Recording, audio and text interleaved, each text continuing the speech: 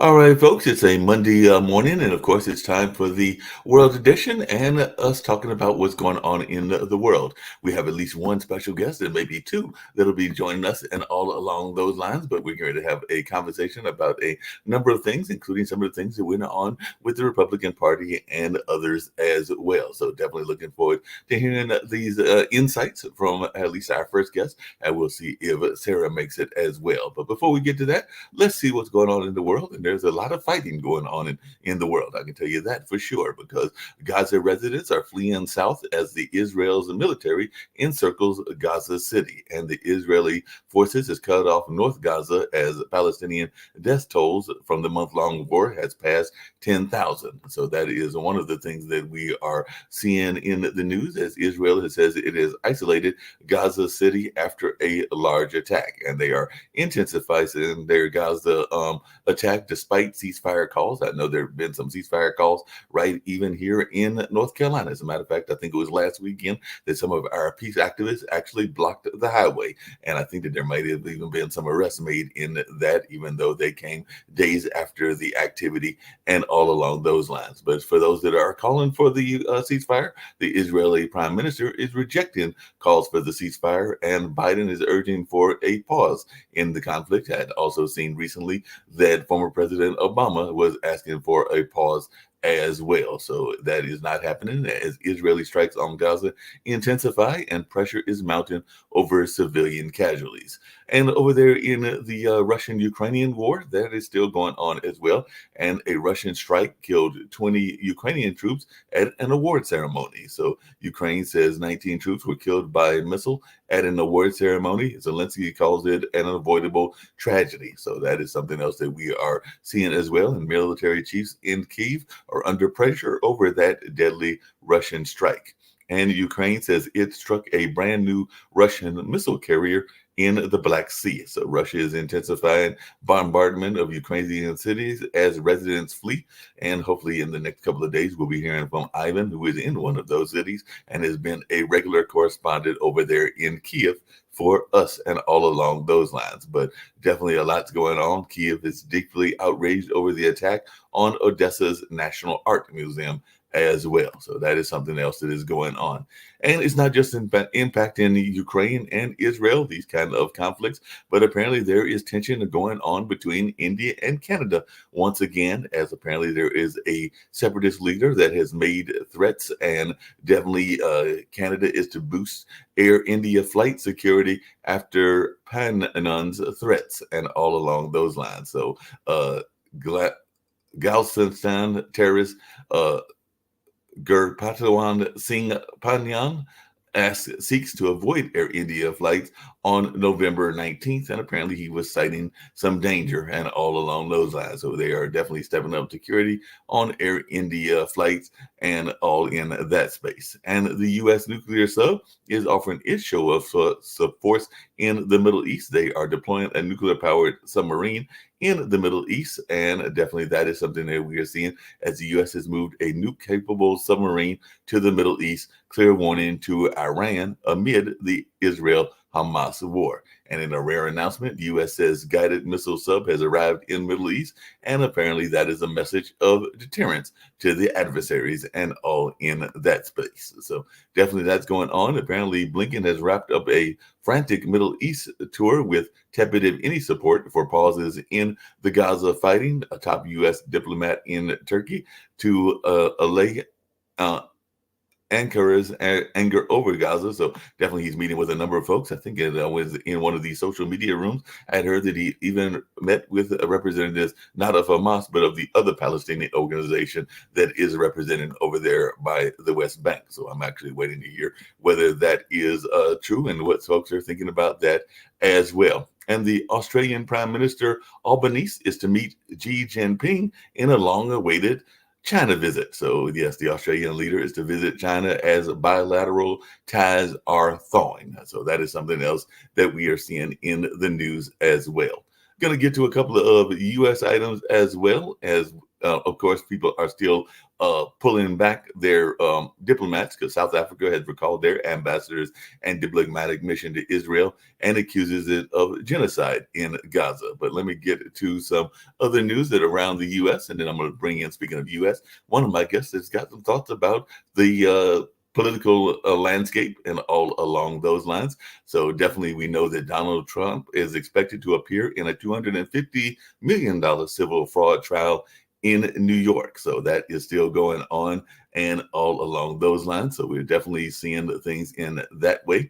And Republican Peter Meijer, who supported Trump's impeachment, is entering the Michigan U.S. Senate race. So it looks like he is running for Senate and all along those lines. So we're definitely seeing that. And there's another trial going on for the father of the accused Highland Park shooter. Then that's going to start on Monday. So that is something else that we're seeing. The father of the July 4th parade mass shooting suspect to stand trial for his assist in the gun license application. So Robert Crimo Jr. trial, and he is the father of that Highland Park shooting suspect, and he's to go on trial for reckless conduct charge. So definitely that's something that's going on. And, a lot of people are thinking that we're heading toward a rematch. I'm going to ask my guests about that as well, because apparently Biden is trailing Trump in the 2024 U.S. elections key states. So Trump has the edge over Biden in new polls on economy and stability, and Biden is trailing Trump in swing states, according to the New York Times polls. And definitely there's even some folks that are thinking that maybe the Democrats don't need to despair over that. But I know a number of friends of mine that are in the Democratic camp and work even for the Democratic Party, and quite a few of them are concerned about what is going on in that space and along with that kind of news. Looks like we're in for some warmth. So if you're liking the warm winters, and I know we just had daylight savings time start on yesterday and all in that space, then you're in luck, because apparently over there in DC, warmth is going to be there through Thursday. Then it might be cooler in the weekend. And I'm thinking we might have some similar like weather here, because I think that it was in the 70s yesterday. And I think we're expecting 70s again in Durham, North Carolina, and all in that kind of space. But I'm going to bring in Thomas Balcerski and see how he's doing and how the weather is holding in his neck of the woods and all along those lines. And I'm looking forward to this great conversation with him about what was going on with that whole controversy around trying to find a Speaker of the House and how this might have some historical implications. So I know that you've definitely been involved in history and the studies of history, and you even talked a little bit about maybe some parallels between the Whigs and others. So like I said, I'm hearing a lot of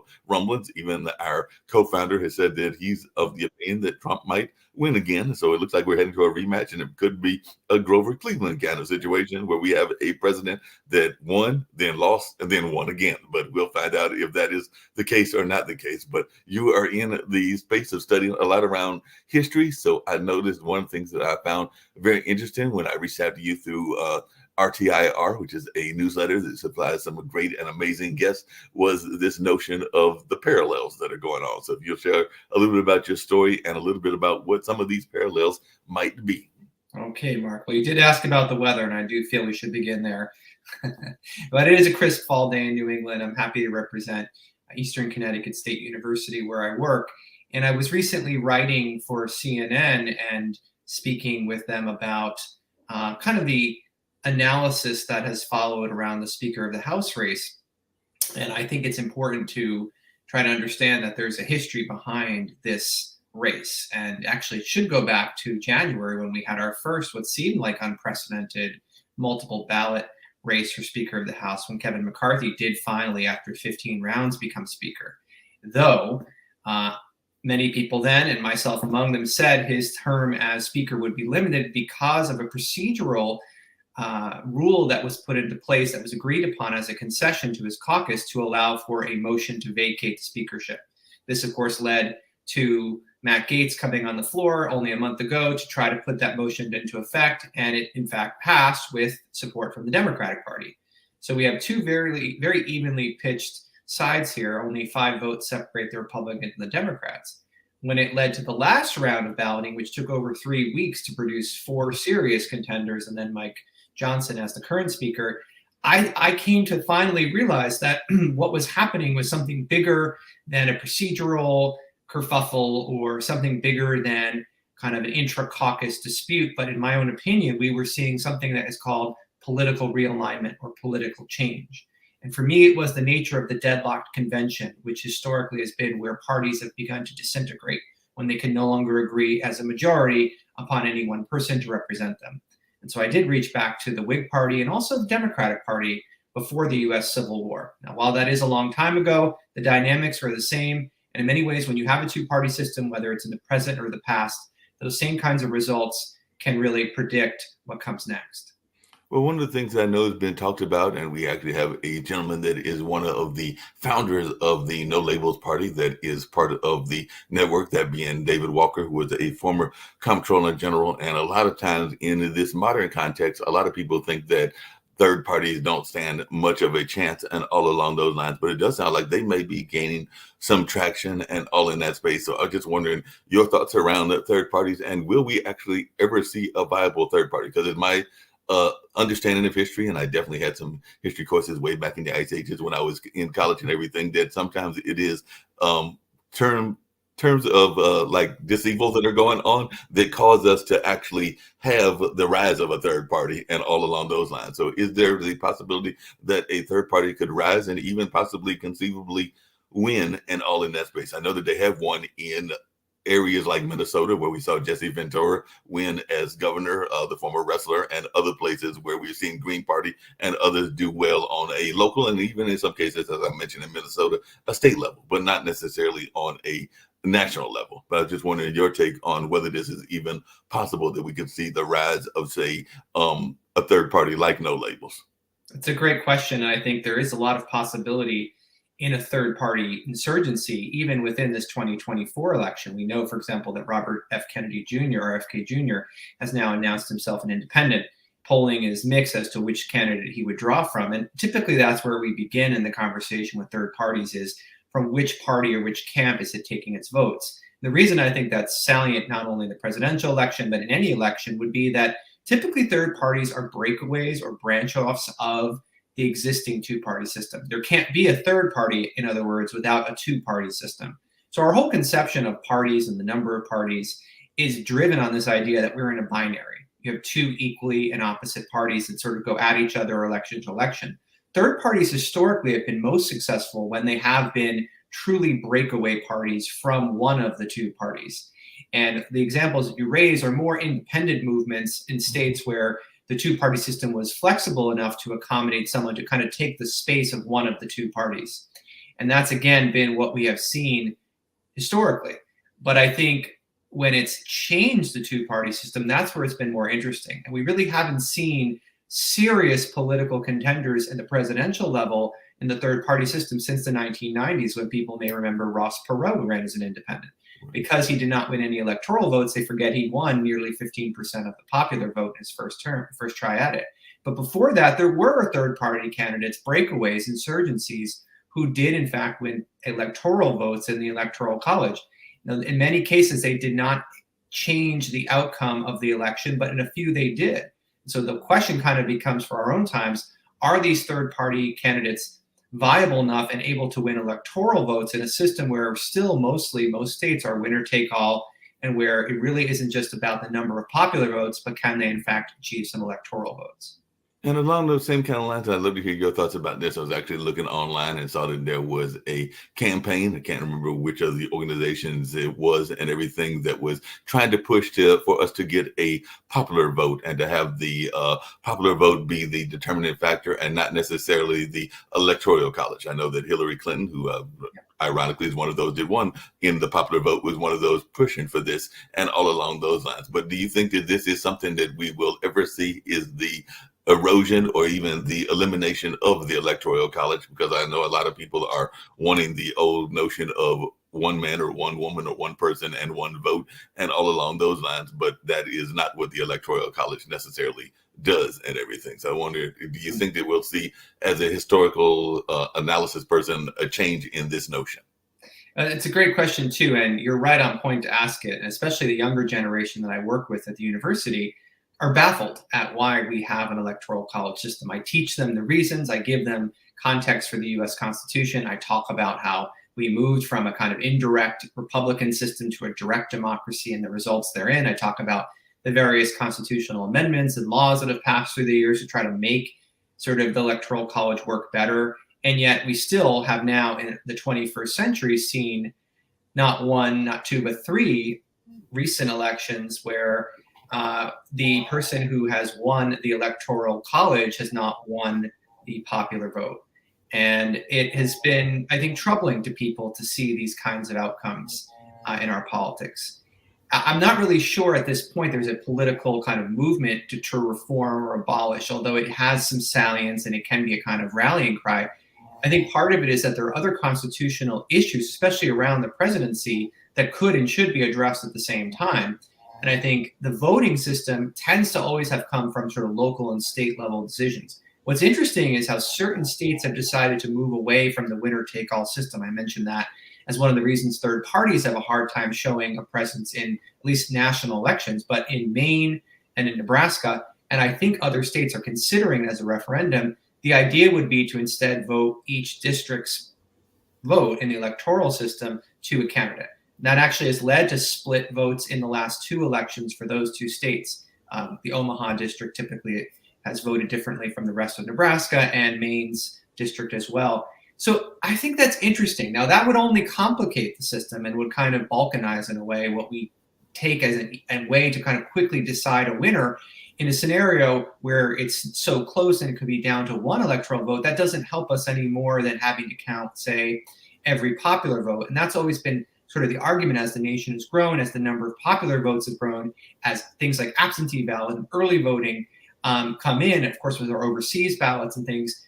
People don't realize that the balloting is counted for weeks, if not months afterwards. And this is why we see runoff elections at the state level, and why also even at the national level, the certification doesn't take place until November. And as we saw famously 2 years ago, January 6th is when Congress certifies the votes that were counted by the Electoral College. So part of I think the issue would be the timeline and the processing. Our technology has improved, but I don't know about you. I still have to bubble in with a marker every time I vote, and that's part of the problem.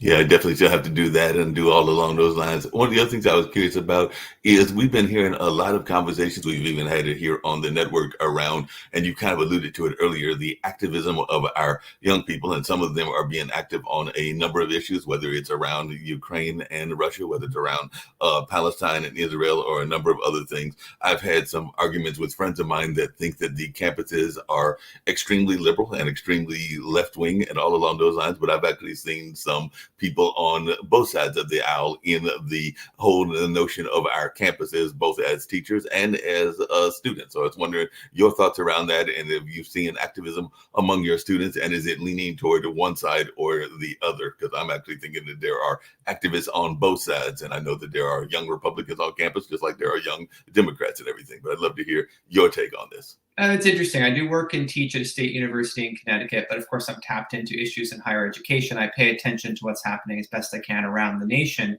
And I think both sides' rhetoric is interesting. It's sometimes comforting to suggest that perhaps we see representation in our two-party system across our universities. And yes, there are college clubs for the Democratic and Republican parties. But as I mentioned, there's a lot of interest sort of working outside of these two parties and outside the formal structures.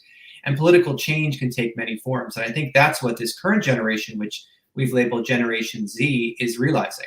That the kind of activism they do want to undertake can be done through social media, for example, can be done through organizing, through nonprofit work, through the kinds of community organizing and engagements that I really find uplifting and so effective. So actually, I think there's actually less interest in the formal political identification, the formal party system. And I think there's been a weakening, in fact, of that kind of affiliation. Some polling suggested as well is that this is a generation that is the least likely to register with one or the other parties. They're more likely to declare themselves independents or not register at all. But the other thing we are seeing with both the Generation Z and the millennials, who kind of now aged out of the college age for the most part, is that they're not really changing political party. We're not seeing shifts as people age, as their socioeconomic conditions change. It's still very much the same voting pattern they had, say, 5 or 10 years ago. So you might say there is a youth vote. It is pretty fairly clearly on national polling leaning towards voting for Democratic candidates for the most part. But in terms of how it plays out on the local level or your college level, I think it's a question of the culture of any institution or place. At state universities, we're still very much concerned about funding that comes from our state. This is the kind of support we want to see to higher education. And we do find ourselves talking more about those kinds of issues than we necessarily do the national issues, which are always in the back of our mind. But I sometimes find like we are correctly focused on the local and state issues.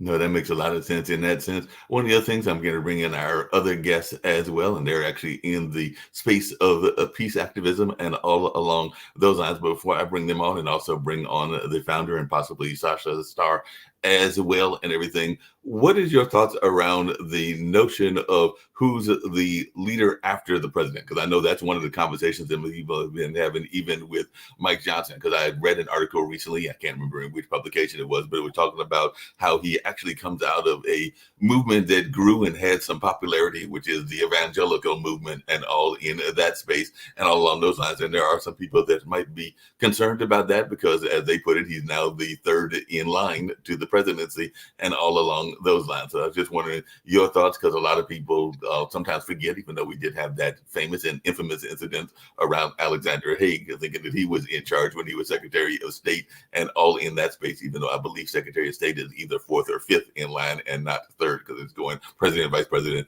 and then the House Speaker in terms of the succession of the lineup of who can come into office should something happen to our president and all in that space. But what is your thoughts around people that are concerned about his politics and his leanings one way or the other?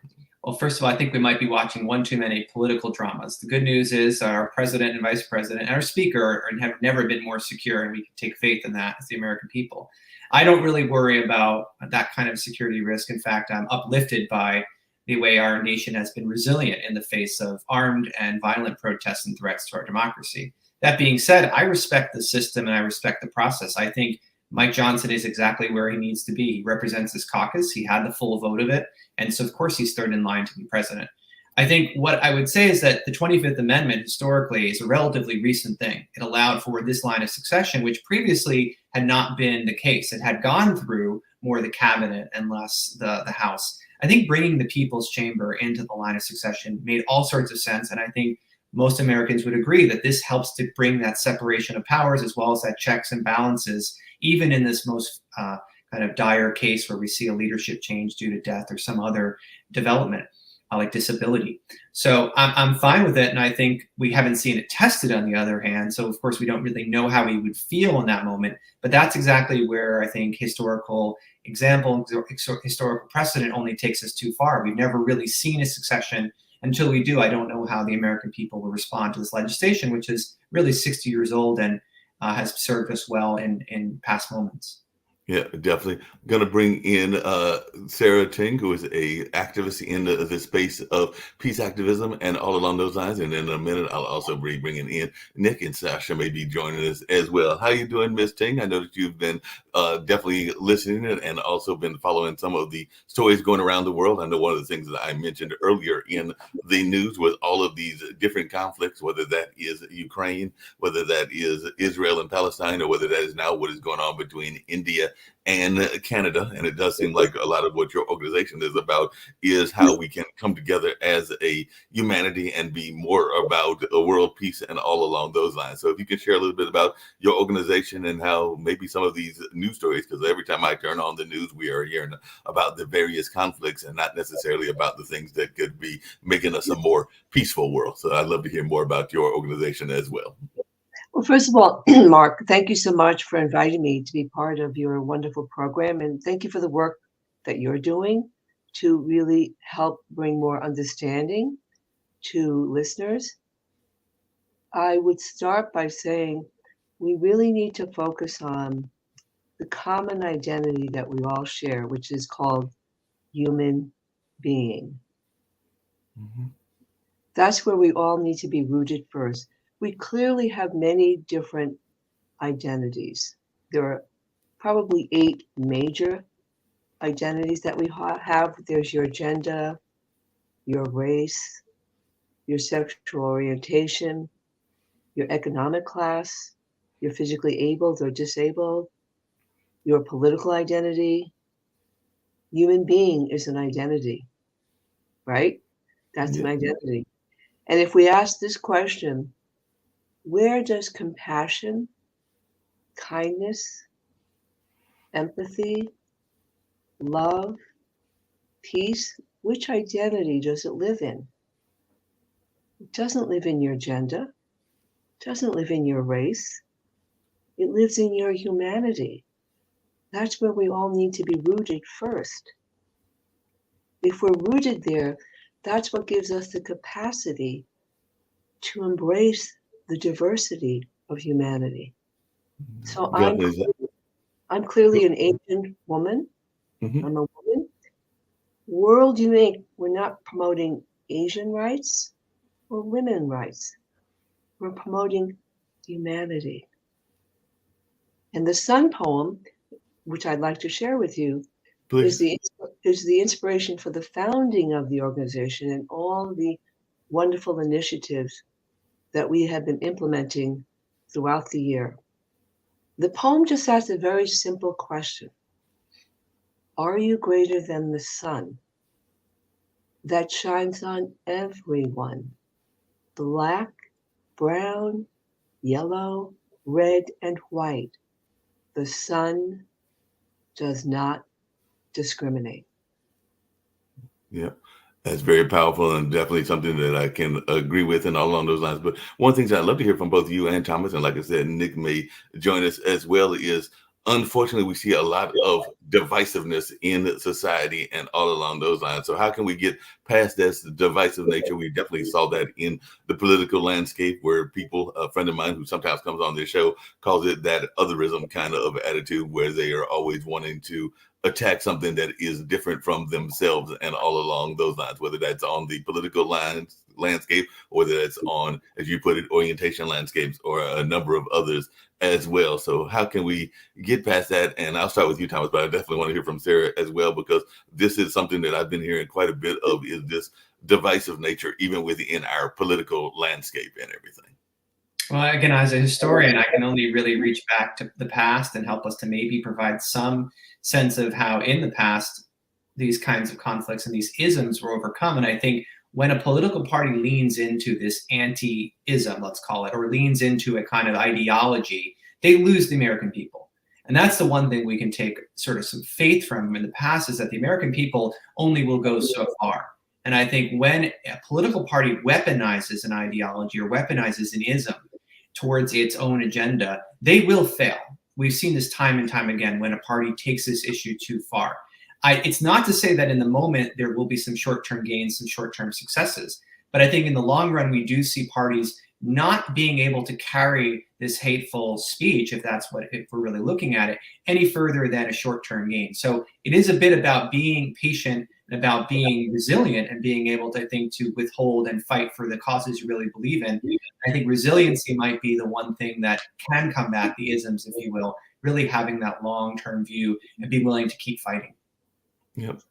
Ms. Ting, what's your thoughts around that? Because as he was saying that, I was thinking about some of my friends that are in different political lanes, and sometimes people are even thinking that they have lost some of their support because of a notion that they are targeting people that they may not be targeting, and all along those lines. So that's a conversation I've even heard within Black Lives Matter, where some people are thinking that it is a anti-white movement. I personally don't agree with that philosophy, but I've heard some people that will say that they are attacking people for the quote unquote sins of the past, to come back to Thomas's point around history and everything. But I'd love to hear your take on where we are as a nation and some of this divisive nature. Well, first of all, I agree with you. It's a very divisive climate that we're in right now, and it's very, very unfortunate. A couple of points I would make is, number one, if you reflect on the poem, "The sun shines on everyone," well, that means it shines on everybody's opinions, thoughts, and ideology. There is no opinion or ideology that's superior to another. The sun shines on everyone. And so we have to think about, when we're listening to one another, here's where the problem is. And I'm going to make a very bold statement. We really don't know how to listen.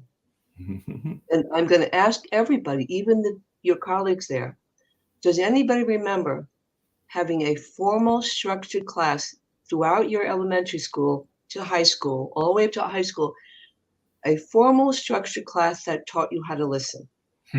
I never had one. Now let's think about this for a moment, folks. You're in the classroom to learn, and in order to learn, you have to listen. But nobody ever taught us how to listen. I'm going to share with you 6 ways that I've experienced people listening to me throughout my life, with assumptions, judgment, biases, suspicion. Sometimes they're not even listening. They're waiting for me to finish so they can make their point, or listening to make me wrong. When we're listening to one another, we should be listening to seek understanding, not I'm going to make you wrong and here's why you're wrong. Listening doesn't mean agree. You didn't say something that I agree with, so I'm going to stop listening. My question to everybody would be, how do we listen to empower the other? Yeah. How do we listen to empower the other? And when you're talking about politics, let's be real. Are these folks there? Are they there to truly serve the American people, or are they there to hold on to power? Are they there to serve the American people or to hold on to power? And the ideologies, well, just look at them. Is this ideology serving one particular group of people, or is it serving the greater good? These are basic questions. The problem that we're having right now, we don't know how to listen, and we're not thinking about the greater good. Why are all these strikes happening? Because these people, they're not getting fair pay. I think greed is a disease. It must be a disease. How could it be with all the social problems we're having right now? This is the richest country in the world. How is it? The healthcare system is broken. We have high suicide rate now, high anxiety, teachers going on strike. But we're the richest country in the world. Are we the model? Is this how other countries want to be? Good point and everything. One of the other things that I was curious about, and I'd love to hear both your thoughts around this, and even Thomas's, because I'm going to come back to youth activism. We had the pleasure or displeasure of you had been on the roads recently. So last week here in Durham, North Carolina, we had a number of protesters that were protesting about the Israel-Palestine situation, and they were asking for a ceasefire. I think a legitimate request by a number of people and all along those lines. But at the same time that they were asking for that, they were literally blocking the highway. So a lot of people were asking about that, how sometimes you can want to make a statement, but you can also cause discomfort for other people and everything. And I know that is a historical thing. You're a historian, Thomas. I mean, the sit-ins were very discomfortable for people, and all along those lines. I was actually just talking to my dad yesterday, and we were remembering an incident in the early late 70s, early 80s that led to some serious discomfort, including some people that wanted to carry guns. And I know that gun violence is something that we've talked about on this show before, but that was actually the shooting and the death of several Communist Worker Party members in Greensboro, North Carolina, when there was a clash between that group and the Klan, and they were having a tense like standoff and all of that, and it led to a shooting. And like I was talking to my dad, because I was trying to remember whether we went to the protest that was immediately after or a protest several months later, when we did go to the one several months later that was protesting, well, not protesting, but commemorating what had happened, or protesting the injustice that had happened in that case, but also commemorating the 60s sit-ins and all in that kind of space. So that was in the early 80s that we went to that particular one, as my dad reminded me, in all of that space. But is there sometimes too much to what Ms. Ting is talking about, a non-willingness to listen to the other side? Because even here in this network, we sometimes get into these debates, and sometimes it feels like people are talking over each other because of a non-willingness to listen and everything. But I'd love to hear your thoughts around this, Thomas, as a professor, and definitely Ms. Ting as well as a activist in this lane. But do you think that even your students always listen to you, or do they sometimes not listen because they're going like, he's just a professor, I don't feel like hearing him, what he's got to say? Well, that's another story, and almost besides the point. But you asked such a really good question, Mark, about that notion of too far, or the notion of sort of how protest rises to the level of, you might say, a public disservice.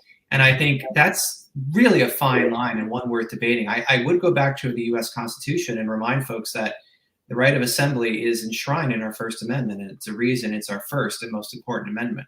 So under no circumstances could I ever come on here or anywhere and say people should not assemble, people should not protest, people should not petition. It's a fundamental right. It's one of the most American things we can do. I think, again, there's a balance to how government, which we also choose to represent us, the citizenry, communicate with each other in spaces that are considered public. I think we know this idea of a public-private divide, and property becomes one of these sacred enshrined values, itself worth debating. But if the protest is taking place in a public space, it falls to our government who represent us to decide to what extent that is safe and for the common good. That's the fine line I would love to see more discussion around. That's the fine line I would like to always, though, see in the side of the protesters, because while inconveniences might be temporary, while we might have to go that extra mile, literally, it does seem like the message is equally important to allow. And I think free speech and communication should always be given the benefit of the doubt in this country.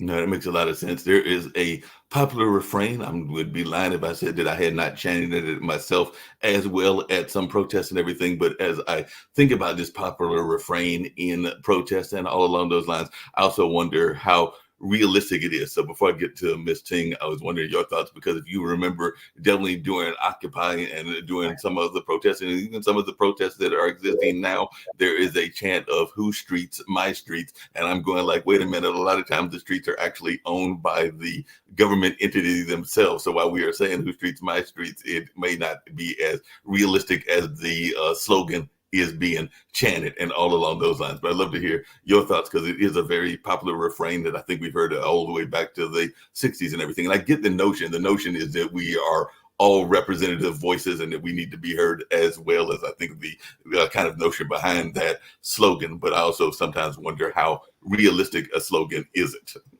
Well, simply to say, just and quickly, it's absolutely right. And it's not no coincidence this comes out of the massive social change that was wrought by the civil rights movement, the most powerful social movement we've ever had in American history, one that we're still resonating with us to this day, the echoes of which. So I think this idea that one person, one vote, which for most of American history was not the case.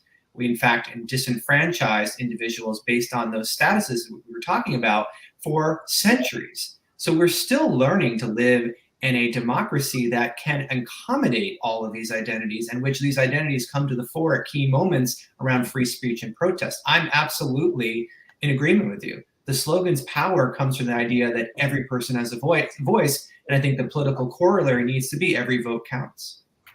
Yep, but Thomas, isn't it true, though, that we're seeing in politics in general, these slogans overtake? In other words, what I see is a middle school mentality. Right. In other words, we don't have a deep dive into any of the problems that exist in the United States. What people do is they buy simple slogans, which frankly is back to middle school mentality. So, and then when we on our network, we go over these topics, such as our government budget being $33 trillion in debt, and frankly, a lot of very interesting topics. People would rather see the senior bachelor.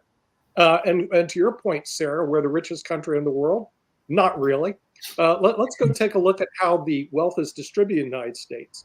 70% of our population can't get a hold of $1,000 in the event of an emergency.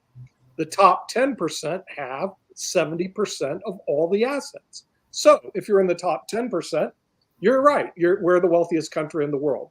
If you're in the bottom 70%, you spent all your money watching what's her name, Taylor Swift concerts, and you're bloody broke. That is the reality of America. We sit today. You're going to watch the senior bachelor, and you're going to be broke, living paycheck to paycheck. That is 70% of the United States, Sarah. So we are not the richest country. We're basically a third world country looking like we're the richest country. The top 10%, yes, you are the richest country in the world. But, people live in their illusions. And I'll say, Thomas, you could poll your students, and I'd say 70% couldn't get a hold of $1,000 in the event of an emergency. I would not be surprised. And the other problem we have in the education department, are they getting education that is meaningful for a job? I loved history, by the way. I was Phi Alpha Theta, minor history. But I went to law school because I realized there's no future in that rainbow. I mean, you got a job being a professor, which is great. But let's be real. Anybody else who's trying to get a job being a professor of history in the United States of America today, they're going to be smoking some serious weed. You know, they're going to be looking. And Nick, just really quickly, now, this is a question for both Sarah and for Thomas, and it's actually alluding to what you just mentioned and everything, which is one of the things that we do regularly on this show. And like I said, I am glad to learn things, even things that I may not understand, like some of the nuances of what's going on between Ukraine and Russia, or even some of the historical lessons between Israel and Palestine, and a number of other things that I am constantly learning. I think that we should all be constantly learning, kind of to Sarah's point, that we should be constantly learning until those last days, and all in that space. So if you're not learning, I sometimes wonder about you and all along those lines. But that being said, do you think, and this is for both of you, that we are being taught enough of the historical context? Because a lot of times on this network, we talk about what we're not being taught, like fiscal literacy is something that Nick is very big on, and a number of other things. I would argue that we're not being taught a decent amount even of history. No knock against you, Thomas, because I know you're doing a great job there at Eastern Connecticut State and everything, but just in terms of our general knowledge, even of the Constitution and of the rights and all of that. I remember growing up as a teenager in the 70s, one of my favorite things that I used to love watching was, because partly it gave you kind of a jingoistic way of learning history, was Schoolhouse Rock. Because you would give that whole thing around the bills and around a number of other things as well. But I'm not even sure that my nephews, I have no kids of my own, but I'm not even sure my nephews even know what a Schoolhouse Rock is, or if they're getting enough of the knowledge of history in general, or the context of some of these conflicts that we're in, whether it's in Africa, whether it's in Europe, whether it's in Asia, or a number of other places. But what is your thoughts around this? And I'll start with you, Sarah, but I definitely want to hear from Thomas as well. Well, I agree with you, Mark, that we're not taught a lot of important events that take place in this country. So, for example, Emmett Till. Emmett Till. I never learned about Emmett Till until my 30s. How did I hear about it? The story on the radio, and I was shocked.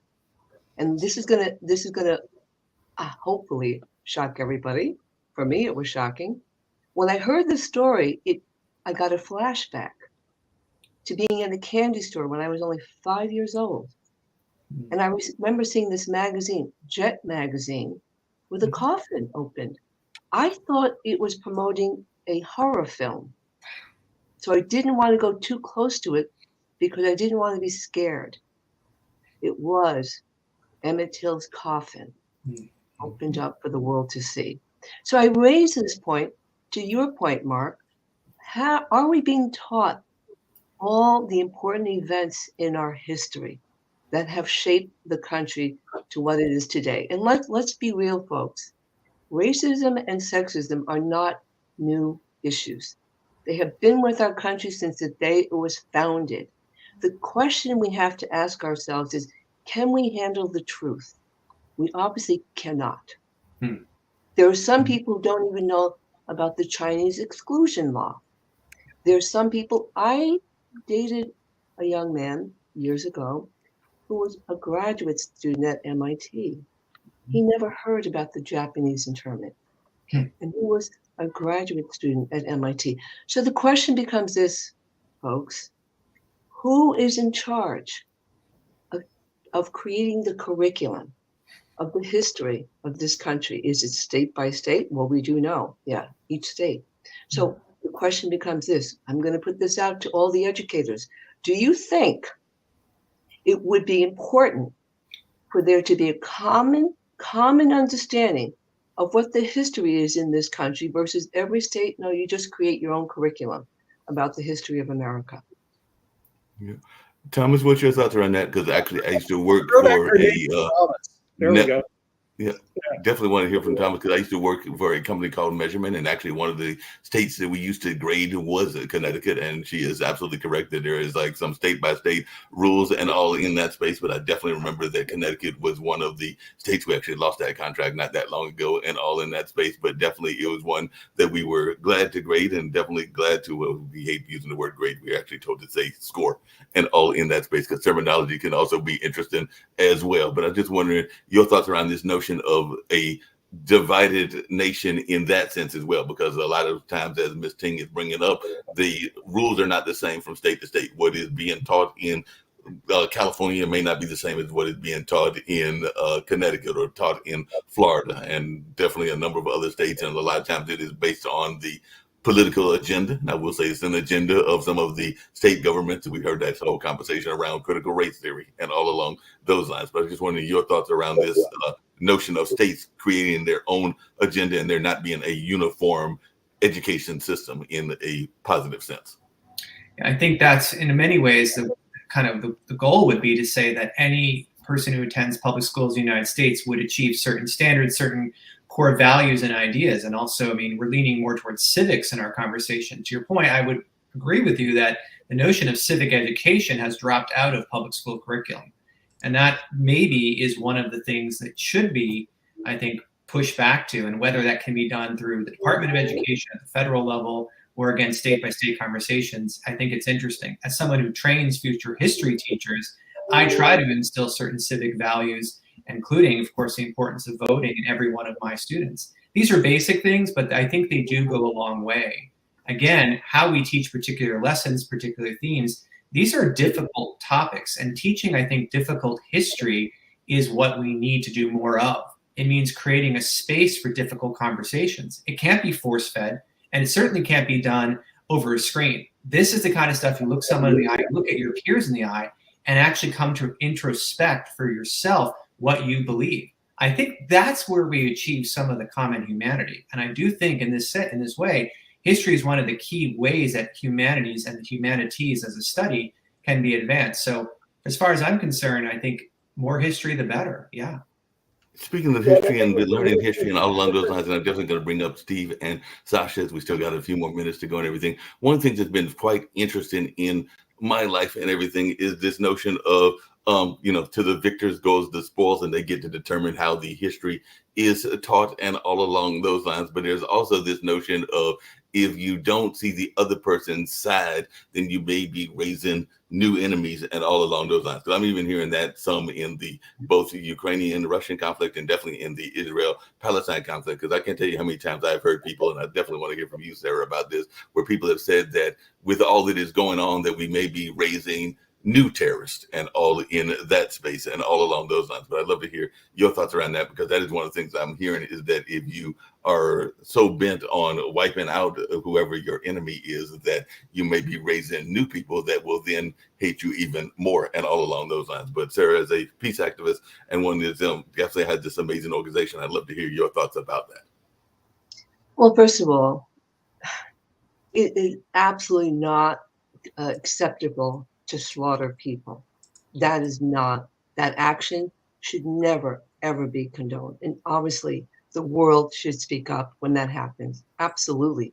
The question becomes this for all of us and all nations and all leaders.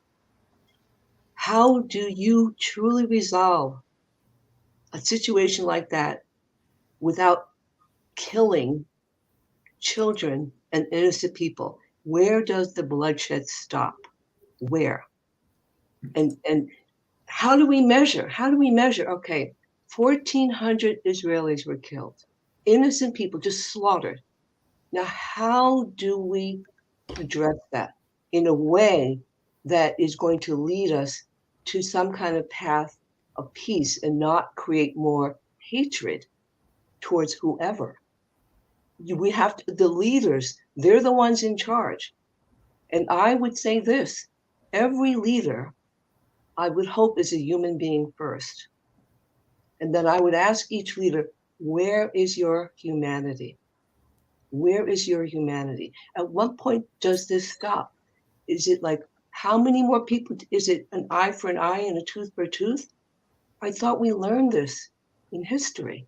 But why do we keep repeating history? It's because human beings, all of us have ambition. All of us have desire for power. All of us have greed in us and selfishness. It's up to each of us how we reconcile our spiritual side and our secular side.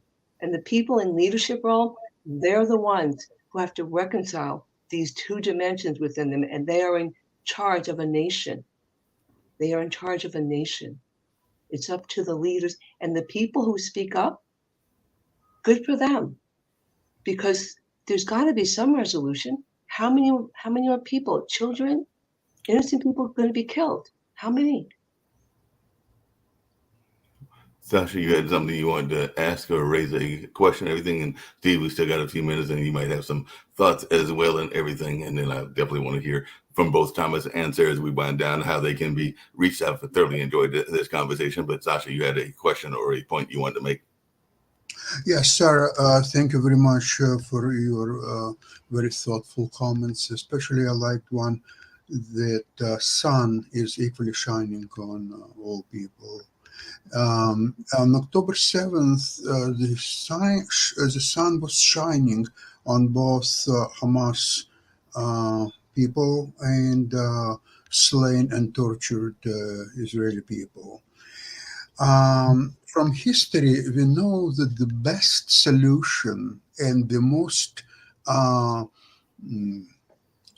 solid peace would arrive after unconditional surrender of one of the sides. That's what happened at the end of Second World War, 1945, when Germany unconditionally surrendered. And after that, still in Europe, if we will take out the Ukraine-Russia war, it's incredible stability. Germany never, ever attacked any other country in Europe or elsewhere. So in this situation, as you understand, on October 7th, the idea of a two-state solution died. It's no longer there. There never will be two-state solution. There was always, from 1948, since Israel was organized as a country, there was always one state solution, and Israel fulfilled its obligation to create independent state. The other side couldn't. They're not equipped from civilization point of view. They cannot have independent state. They're not on that level of development. It's a different civilization. It's a different people. It's a different race, different language, different everything. So in this situation, they should leave. Israel in 1967 won the territories, both from, not even from Palestinians, no. It won territories from Egyptians, Gaza, and from Jordan, which is the West Bank. So Palestinians, they can go and cry to both Jordan and Egypt. What did you do? You took from us the country, then you lost it to Israel. So what we're going to do? Take us in or do whatever, okay? So that's where we are, and you have to be realistic about it. Forget about the political correctness. You are misleading people all around the world with this proposition of two-state solution and other heresy. It's not going to happen. Sarah, would you agree with me? I agree with a lot of points you make. I think for me, and you have to forgive me, I'm not as knowledgeable about the history, the rich history that you obviously very clear about. I will say this. What is the root cause of all of this? There are no laws, policies, or technology that can remove bias from an individual. Sarah, let me help you out. There is a book by Huntington, The Clash of Civilizations. This is a absolutely picture-perfect illustration to his book. There are civilizations that can coexist in certain periods of time, but not forever. Yes. Once the interaction comes, one civilization will have to take over and defeat the other civilization, and from that point on, there could be a peace. So if I may finish what I was saying, there are no laws, policy, or technology that can remove bias from people. The individual has to remove it, and when the individual does not remove their bias, the bias could grow into hatred and then violence, like what happened to that poor little 6-year-old boy in Chicago who was stabbed 26 times because he was Muslim. He was only a 6-year-old boy. How could that happen? How could that happen? If we each, there's a great quote by Madame Curie. Madame Curie, she is only one of 4 people, I believe, who won the Nobel Prize twice. Can you imagine the gender biases she went through as a woman in the field of science? Here's what she said. We cannot hope to build a better world without improving the individual. To that end, each of us must work on our own improvement. I would ask everybody who's listening and all world leaders this question. When you wake up today, what do you say to yourself? What inside of yourself are you working on to improve yourself? I will answer the question. For me, every morning I pray and I said, please give me peace. Peace that the world cannot give me, peace that the world cannot take away, peace that can withstand judgment, criticism, attacks, and ignorant statements, so that I can go forth today and speak with unity, understanding, humility, and kindness. Because as you said early on in the conversation, Mark, yes, we are in a very divisive climate, very divisive.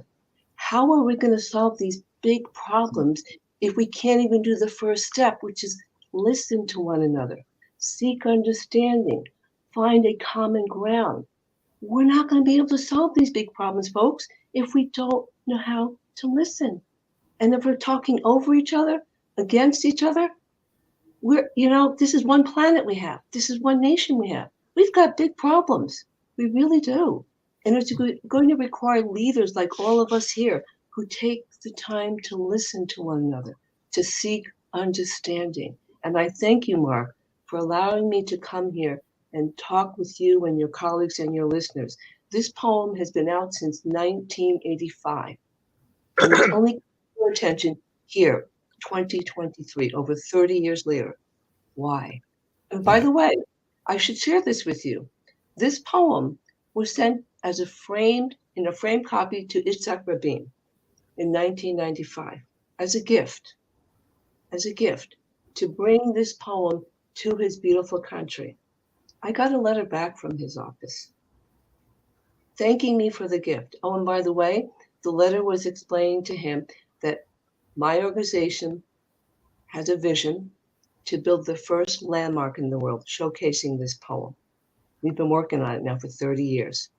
He was thanking me for the gift and thanking for the poem. And he said the proposed poem, the Sun poem, will undoubtedly contribute to bringing mutual respect to racial and ethnic groups everywhere. That was the year he got assassinated. We obviously got the letter before he was assassinated. Trying to bring peace. And I will tell you this, a citizen from Israel reached out to us. He was moved by the Sun poem in 2019.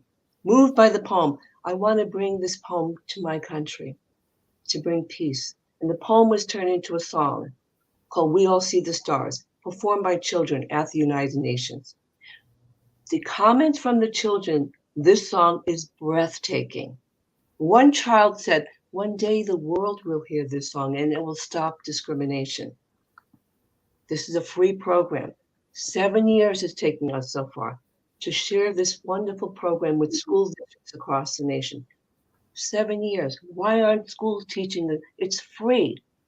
Read the comments from the children. They're the end users. We have got to face ourselves and ask ourselves, what is stopping us from working together to create communities, a nation, and a world that values all people?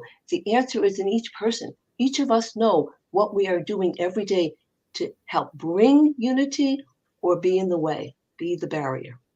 Yeah, good point and everything. Thomas, as we get ready to wind down, and we can go just a few minutes over. I know they're getting ready to start the economic show on the other side and everything, and Steve might have some thoughts and questions for you as well. But I alluded to it earlier. Do you think, and is it possible, and we can obviously bring you back as a historian as well, that we could see what some people are saying and everything? And speaking of people that can sometimes be divisive, there is no doubt that Mr. Trump can be one of those. But do you think that we are running into the possibility that there could be a Trump presidency again in 2024? Like I said, I'm hearing a lot of people, including some on the Democratic side, that are concerns and have some deep concerns about that. But I just wanted to know where you are from a historical standpoint. Don't need to know your political affiliations, but where you are in terms of thinking that this is a possibility and all along those lines. It's another great question, Mark. And in light of the great conversation we've had, I would say anything is possible. I would like to think that the two-party system could somehow see a path forward which brings new candidates to bear and bring new ideas through its platforms or its campaigns. Sometimes the candidates, though, seem to be the same old people. And that was the case in the 1880s. And America did re-elect a president who had been an incumbent and lost an election and came back. And so I've been asked for the last 3 years about the Grover Cleveland story, and I've been writing about it for CNN. And I do think it's important to keep looking at the specifics of the 1880s and the Gilded Age and the economic inequality of that time, what's been called our new Gilded Age in the 2020s, where we've seen this wealth inequality playing out in our nation. So I think if we accept some certain basic premises about the two-party system, about wealth inequality, and about the divisions that continue to roil the United States, then you have, I think, in history, a solid comparison to suggest that, yes, Donald Trump is well on his way to not only running again, but potentially taking back a term as president. I think the difference might be, and this is where we'll see in the next years, Grover Cleveland was personally honest. He never faced a corruption charge in his life. He never stood a trial in his life. As we know, the former president right now is embroiled in legal battles and is in court to this day. So that might be the thing that changes the American people's minds. And as the polling comes through in the next 12 months, we'll see a year from today where we vote. Yeah, just really quickly, if you could, and then, like I said, Steve may have some thoughts for you as well. But what is could you explain a little bit about the connection between the Whig? I did really mention that earlier and everything, and what went on with our Speaker of the House, because you definitely made some parallels in what I read about you in the source where I found you and all along those lines. So could you make some of the comparisons between the Whigs and our current House situation and that current caucus and everything? Well, thank you, Mark. And I never thought I'd say this, but the Whig Party has never been more relevant than 2023. I began studying antebellum political history in college, and I've been doing it ever since. I'm fascinated by party dynamics. I'm fascinated when the one party seems to lose its grip on its constituency and its ability to govern. And in looking at the collapse of the Whig Party in the 1850s, I came to the view that a political party that could not reconcile the competing factions, could not in convention decide upon a candidate, is bound to dissolve. And it happened first with the Whig Party in the 1850s, and it did lead ironically to the creation of the Republican Party. But at the same time, there was also creation of what we would call a third party, an anti-immigrant nativist party in this country in the 1850s, which by the next election really was a three-party race in 1856. Again, the Democratic Party faced similar deadlock conventions. It split into two factions in 1860. This helps to explain the election of Abraham Lincoln.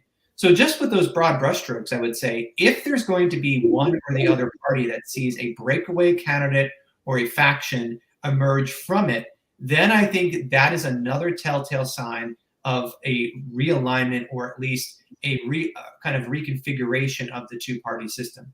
And that's kind of what I was writing about for the piece, is that it seemed like the Republican caucus in the House, their inability to come to a majority on a candidate was one of those signs. Now, we know Mike Johnson has been duly elected through the same process that brought Kevin McCarthy. But I think another thing to be watching for as political observers will be how Johnson does with this next round of budgetary debates and with keeping the government open, and if he can, in fact, keep his caucus in line if and when a government budget does pass. Just really quickly, Thomas, and then, like I said, I definitely want to hear from both of you how you can be reaching all of those lines. And like I said, Steve may have some thoughts as well. But in that same line, I've got to run.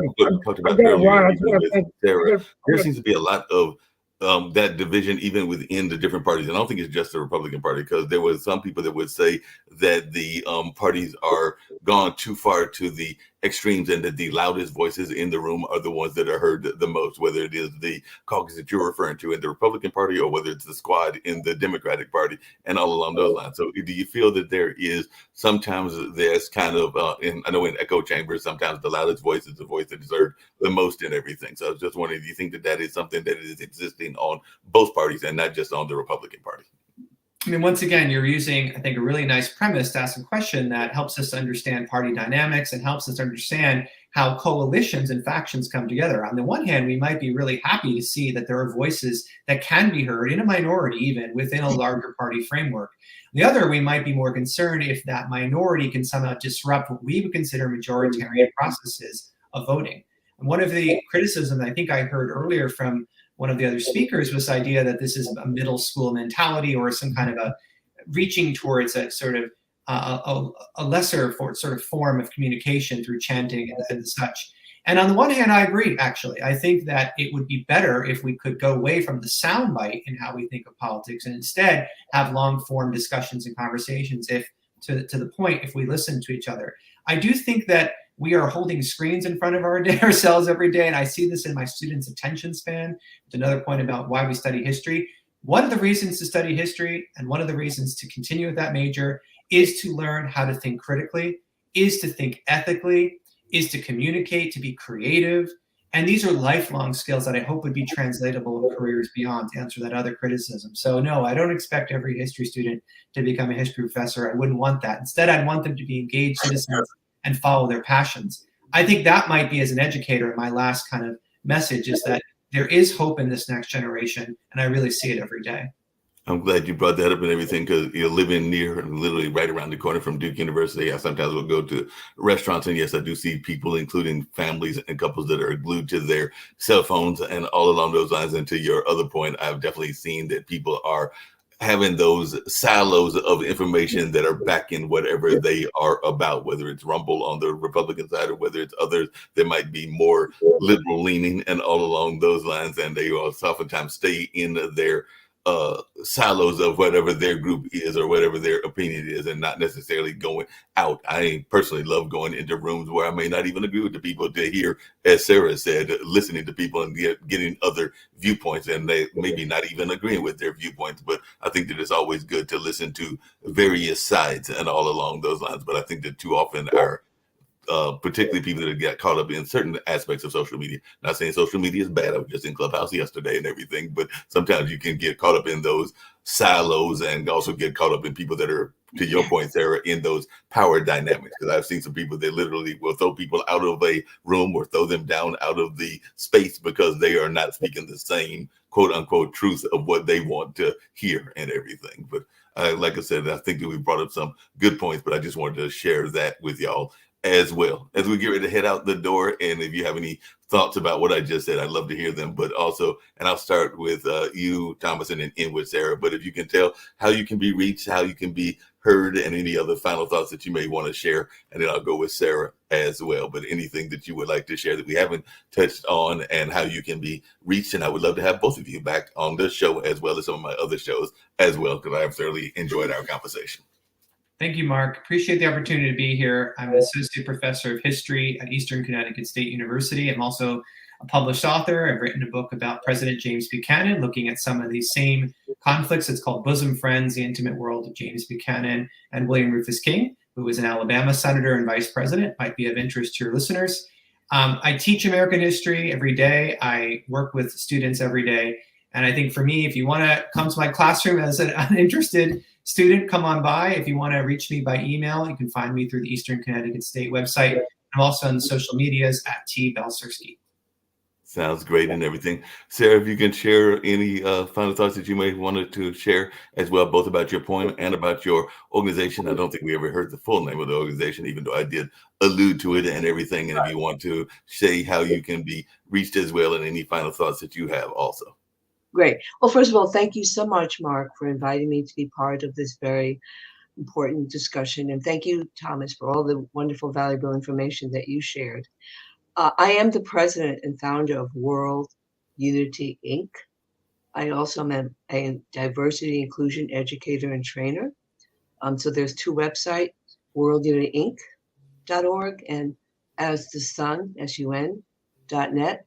I also authored 3 books called The Series of Small Book with a Big Idea, 5-Minute Training to Empower You and Transform the World, The Power of Listening in a World of Differences, The Key to a Fulfilling Life, Self-Awareness.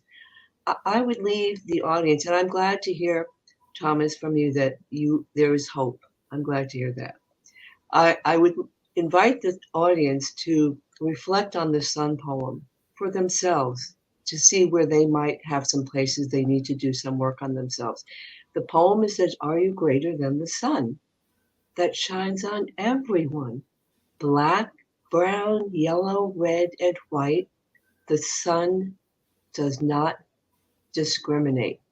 And there's a kind of a follow-up to this poem.